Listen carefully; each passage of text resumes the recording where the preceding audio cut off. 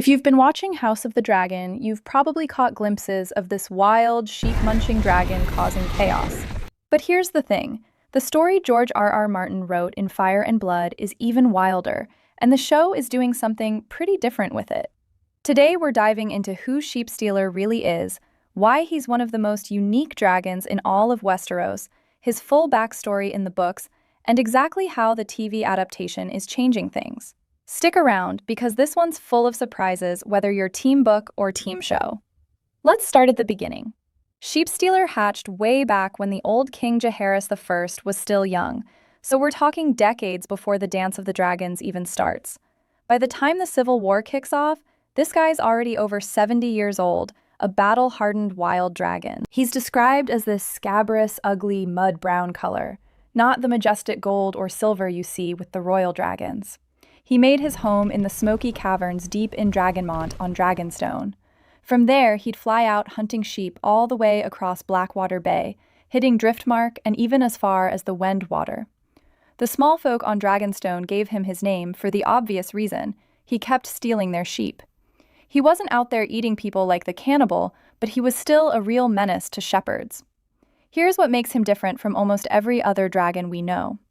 Most dragons are either hatched in the care of the Targaryens or claimed young. Sheepstealer went completely wild for decades. No rider, no commands, no saddle. The longer he lived free, the harder he became to approach. He got used to humans being threats, not partners. Fun fact here, Sheepstealer was actually one of 3 completely wild dragons living on Dragonstone at the start of the dance. You had him, the shy, fish-eating gray ghost who barely anyone ever saw, and the massive, terrifying cannibal who supposedly snacked on other dragons, eggs, and hatchlings. Sheepstealer was the middle child in that chaotic trio, feral, but not quite as monstrous as the cannibal. So why was this dragon so damn hard to tame when other dragons accepted riders much more easily? During the Sowing of the Seeds, when Prince Jaehaerys put out the call for anyone with even a drop of Targaryen blood to try claiming a dragon, lots of brave or crazy souls went after the wild ones. Sheepstealer killed more would-be riders than Vermithor, Silverwing, and Seasmoke combined. One guy, Silver Dennis, who claimed descent from Maegor the Cruel, got his arm ripped clean off. Alan of Hull got burned trying his luck. Why? Because Sheepstealer wasn't waiting around for a Valyrian with the blood of the dragon. He was feral, unpredictable. He'd lived most of his life without humans telling him what to do. Trust wasn't just going to magically appear because someone shouted Dracarys in High Valyrian. Another cool detail? Unlike some dragons that go full rampage on people, Book Sheepstealer was oddly selective. He'd snatch sheep left and right, but usually left the shepherds alone unless they tried to stop him. He did have a habit of eating the occasional sheepdog, though. Talk about adding insult to injury for those poor farmers. Now here's how George R. R. Martin tells this story in Fire and Blood. A young woman named Nettles, sometimes called Nettie, steps up. She's a low-born bastard from Driftmark, black-haired, brown-skinned, skinny, foul-mouthed, and fearless. Not your typical Targaryen-looking dragonseed. Instead of trying to force a bond with Fire and Blood, Nettles gets clever. Every single morning, she brings Sheepstealer a freshly slaughtered sheep. She doesn't rush him, she just shows up, leaves the food, and lets him get used to her presence, day after day. Slowly, the dragon starts to expect her, accept her, trust her. Eventually, he lets her mount him. No dramatic conquest, just patience, consistency, and a whole lot of mutton. Here's a fun one for the lore nerds. Some fans love pointing out that this slow sheep bribery method might be one of the most realistic dragon bonds we see. No Valyrian blood magic or ancient rituals, just consistent snacks winning over a grumpy old dragon who'd spent 70-plus years doing whatever he wanted. Nettles and Sheepstealer become a real team. They fight for Rhaenyra's side in battles like the Battle of the Gullet and the fall of King's Landing. Sheepstealer even takes up residence in the Dragon Pit for a while. Later, when Rhaenyra turns against Nettles, partly due to rumors involving Daemon, Nettles flees on Sheepstealer.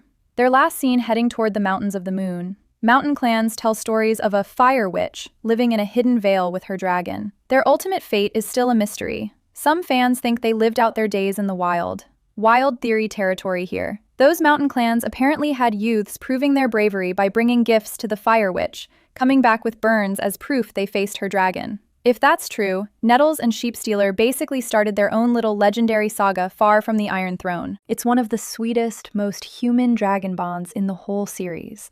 No ancient blood magic required, just a girl and a dragon figuring each other out. But the TV series decided to take a different path. In the show, we've seen Rhaena Targaryen, Daemon's daughter, who's been dragonless and struggling with that, go after this wild dragon in the Vale. Signs point clearly to it being Sheepstealer. The charred sheep carcasses, the behavior, everything. Rhaena tracks him down, and in a major moment, she bonds with him and rides him into action, specifically getting involved in the Battle of the Gullet.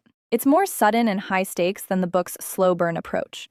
Sheepstealer, being truly wild and not fully trained, ends up causing some friendly fire chaos in the heat of battle, which plays into bigger events. Show-specific fun fact. In the adaptation, Sheepstealer doesn't seem to understand or obey Valyrian commands perfectly yet, which leads to that messy battlefield moment.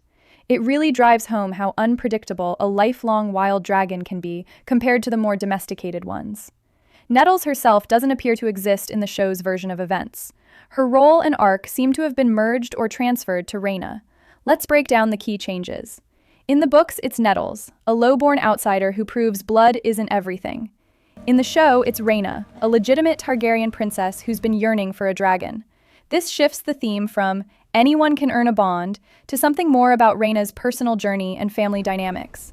The method and timeline are different too. The books emphasize weeks of patient sheep feeding on Dragonstone. The show has a more compressed, dramatic encounter in the Vale with quicker but messier results. Book Sheepstealer is relatively controlled under Nettles. Show Sheepstealer is raw and unpredictable, directly influencing major outcomes like the Gullet battle in ways that heighten the chaos. Location-wise, the books keep him mostly around Dragonstone until later, while the show moves sightings to the Vale earlier. One possible reason for these changes is streamlining the massive cast for television. Combining storylines keeps the focus on established characters like Rhaena, avoids introducing too many new faces at once, and gives her a stronger arc. It also lets the show explore what happens when a Targaryen tries to claim a truly wild dragon without the perfect slow build preparation. These aren't confirmed reasons from the writers in every detail, but they make sense for adapting a dense history book into a gripping drama. Whether you prefer the patient, earned bond with Nettles in the books, or Rhaena's bold, chaotic ride in the show, Sheepstealer stands out because he wasn't born to serve the Iron Throne. He lived free, survived on cunning and appetite, and when he finally chose a rider, it wasn't because of destiny or royal blood. It was because someone met him on his own terms. In a world full of dragons raised as weapons,